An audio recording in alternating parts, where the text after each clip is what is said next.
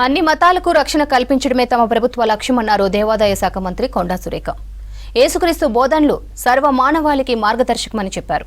Warangal camp కార్యాలయంలో ముందస్తు Christmas వేడుకల్లో పాల్గొన్నారు మంత్రి సురేఖ. పాస్టర్లకు దుస్తులు పంపిణీ చేశారు. సమాజంలో అందరినీ ప్రేమించాలని క్రీస్తు చెప్పారన్నారు.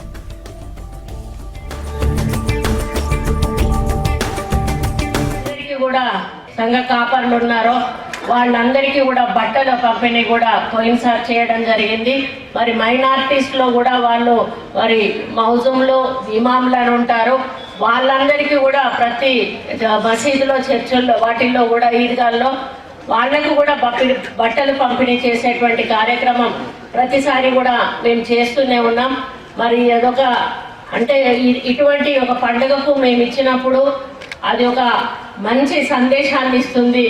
అటువంటి కార్యక్రమం చేయడం మాకు చాలా మరి ఆనందాన్ని కూడా ఇస్తుందని చెప్పి ఈ సందర్భంగా నేను విజ్ఞప్తి చేస్తూ మరి ముఖ్యంగా మైనారిటీలో మన యేసుక్రీస్తు బోధనలను స్మరించుకుంటూ మానవ సేవయే మాధవ సేవగా భావించి ప్రేమను పంచాలని, ద్వేషించే వారిని కూడా ప్రేమించాలని అన్నటువంటి మహానుభావుడు మన యేసు ప్రభువు.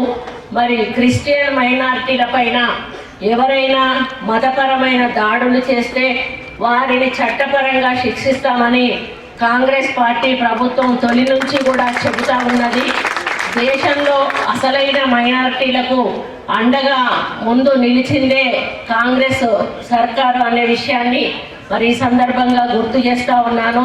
తాజాగా మైనారిటీ మతాల మీద హేట్ స్పీడ్ దేశపు వ్యాఖ్యలు చేస్తే కఠినంగా శిక్షించే విధంగా ఇటీవల కర్ణాటకలోని కాంగ్రెస్ ప్రభుత్వం ఒక చట్టాన్ని కూడా రూపకల్పన చేయడం జరిగింది.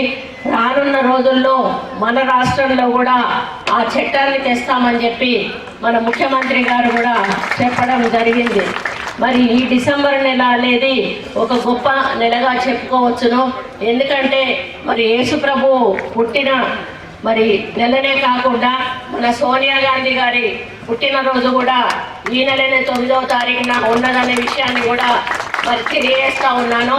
మరి ఆమె పుట్టినరోజు రోజే 9వ తారీఖు మనకు తెలంగాణ ఇస్తామని ప్రకటించిన రోజు కూడా మరి ఈ నెలలోనే మరి దాన్ని మనమందరం కూడా దృష్టిలో పెట్టుకొని మరి ఆ తర్వాత దాన్ని ఆలోచనతోటే తెలంగాణ కూడా రావడం జరిగిందనేది కూడా మనందరికీ కూడా తెలుసు.